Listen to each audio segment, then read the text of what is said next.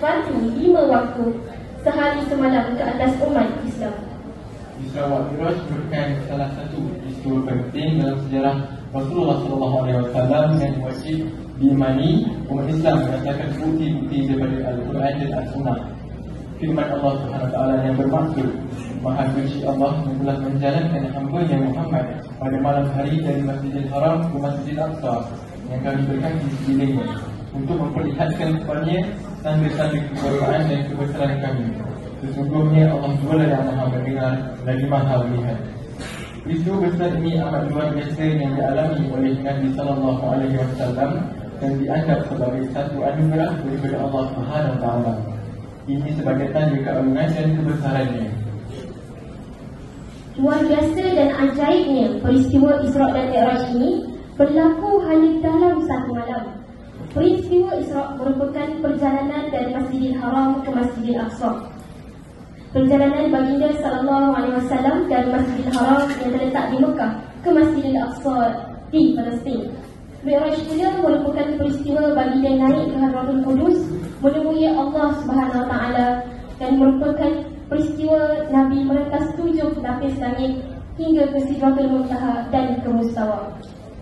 Isra Mi'raj berlaku pada satu tahun yang dikenali sebagai tahun kesedihan. Kenapa dikenali sebagai tahun kesedihan? Kerana baginda Rasulullah SAW kehilangan bapa saudara yang sentiasa menyokong baginda dan kehilangan isterinya Sayyidah Khadijah yang tercinta. Jadi Allah, jika Rasulullah SAW bersedih, Allah menghantar malaikat Jibril bertemu dengan Rasulullah untuk menyampaikan kabar gembira dan menghiburkan baginda. Lalu setelah malaikat turun bertemu Rasulullah, malaikat membelah dada baginda dan membersihkan hati baginda menggunakan air suci Zam-Zam. Dan selepas membersihkan hati baginda, malaikat datang bersama dengan seekor burak. Burak ni macam mana rasanya? Dia sama ke macam binatang-binatang lain?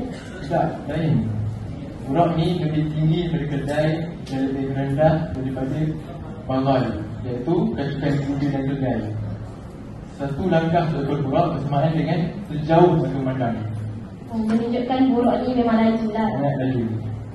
Jadi naiknya baginda ke atas burak dan bermulalah perjalanan daripada Masjidil Haram ke Masjidil Aqsa. Dan dalam perjalanan itu baginda singgah ke beberapa tempat. Dan tempat-tempat itu ada tempat yang mulia dan tempat yang bersejarah. Antaranya adalah negeri Saibah, iaitu satu negeri di Madinah, tempat di mana Rasulullah melakukan hijrah baginda ke sana. Yang kedua, Bukit Tursina, tempat di mana Nabi Musa AS menerima wahyu daripada Allah SWT. Dan seterusnya, Baitul Laham, tempat di mana Nabi Isa AS dilahirkan. Dan dalam pada perjalanan baginda melalui pelbagai peristiwa, di antaranya peristiwa baginda melihat satu kaum ini yang sedang bercocok tanam dan menuai hasilnya, lalu keluar lagi hasil